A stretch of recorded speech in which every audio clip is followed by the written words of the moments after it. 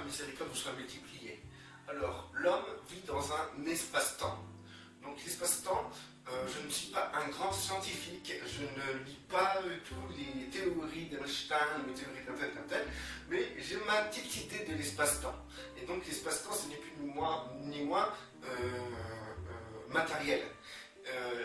Sans le matériel, je ne sais pas s'il existerait un espace-temps. Donc, du coup, si l'homme fait 1 mètre, ben, ce mètre aura un temps. Donc, l'espace se déplacer, c'est-à-dire faire 1 mètre, faire un pas si vous voulez, et ce pas sera déterminé par un temps. Donc c'est pour ça qu'on dit espace-temps. Je pense, maintenant je ne suis pas scientifique, mais si c'est pas ça, quoi qu'il arrive, ce que je vous dis c'est une réalité, que à cause du fait que l'homme est dans un corps physique, et il est limité par le temps. Et aussi parce que Dieu a décrété que l'homme aurait un temps.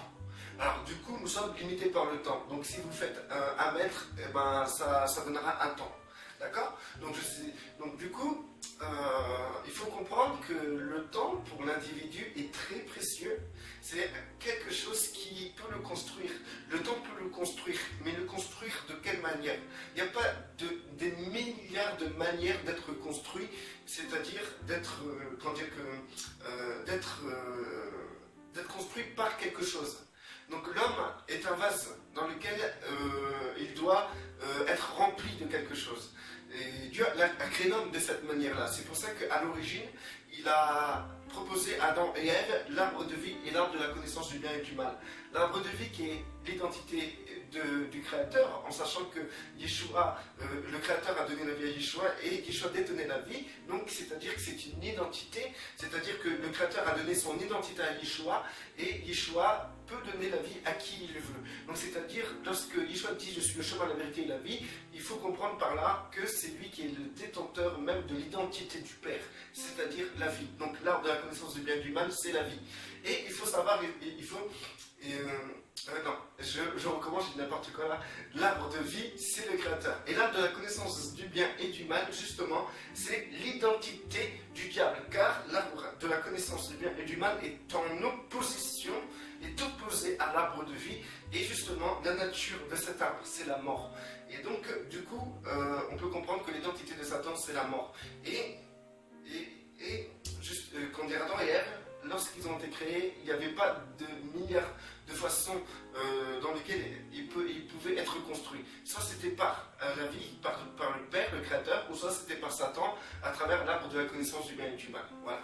Du coup, Adam et Ève, comme on le sait très bien, ont choisi l'arbre de la connaissance du bien et du mal. Donc dans l'homme, depuis Adam et Ève, il y a cette construction justement de Satan qui est dans chacun des hommes sur terre. Et le fait que le Père, le Créateur, a donné justement à la terre son Fils, c'est-à-dire a donné son identité au Fils.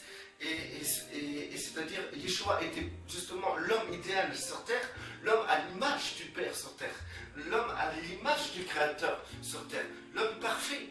Et du coup, toutes ces personnes, Dieu a permis justement qu'aujourd'hui, les êtres humains puissent être construits de la même manière que Yeshua.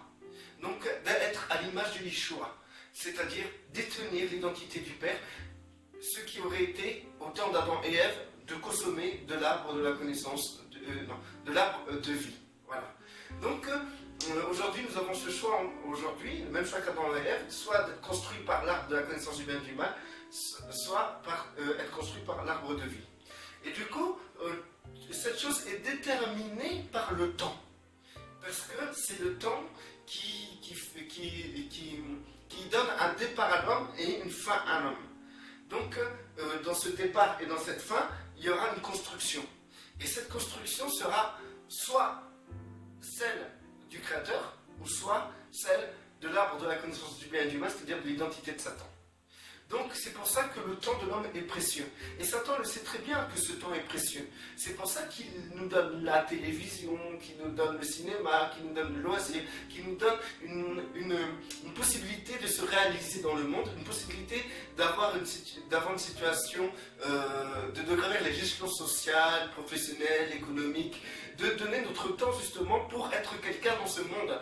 Mais malheureusement, le Père a dit justement que celui qui aime le monde, celui qui aime le monde est inimitié avec Dieu. Donc, il faut comprendre que par là, le monde, tout ce que le monde peut offrir, n'est ni plus ni moins cette construction qui est l'arbre de la connaissance du bien et du mal, de la nature de Satan. Donc celui qui voudra se réaliser dans le monde, celui qui voudra justement être construit dans ce monde, réussir dans ce monde, être quelqu'un dans ce monde, ben justement, cette personne-là, sera construit, donnera son temps fera qu'il sera construit par cet arbre de la connaissance du bien et du mal. Et il faut savoir que cette construction est inimitié avec le Père, en sachant que le Créateur, il y avait un Adonai, a donné son Fils pour élever les hommes à son image. L'homme idéal sur terre à qui nous devons ressembler, c'est bien Yeshua. Il n'y a aucun homme sur terre qui a été parfait comme il a été parfait. Et la perfection, c'est pas qu'il n'a pas dit un mot plus haut que l'autre. La perfection, c'est simplement qu'il a été construit par le Père. C'est-à-dire qu'il a eu l'identité correcte et complète du Créateur en lui. Et aujourd'hui, c'est ce que le Père veut, nous élever à cette identité parfaite qui est le Père. Nous élever. Et cela est possible puisque Yeshua était un être humain. Yeshua faisait pipi, caca comme tout le monde. Donc, si Yeshua a pu être élevé dans cette construction qui est la construction du Créateur, et bien justement, nous, en tant qu'hommes, nous ne sommes pas plus que lui, nous pouvons être aussi élevés à l'image de Yeshua. Donc, il faut comprendre que Yeshua grandissait en sagesse, grandissait en connaissance. Et c'est que lorsqu'il a été dans le corps, justement dans le corps semblable à celui du péché, il a dû lui-même grandir. Et c'est marqué que c'est par les épreuves, c'est par la souffrance qu'il a appris l'obéissance. Donc c'est-à-dire que Yeshua a eu une croissance. Il a utilisé son temps justement pour être à l'image de son Père, faire la volonté de son Père et accomplir les œuvres que le Père a préparées d'avance pour lui.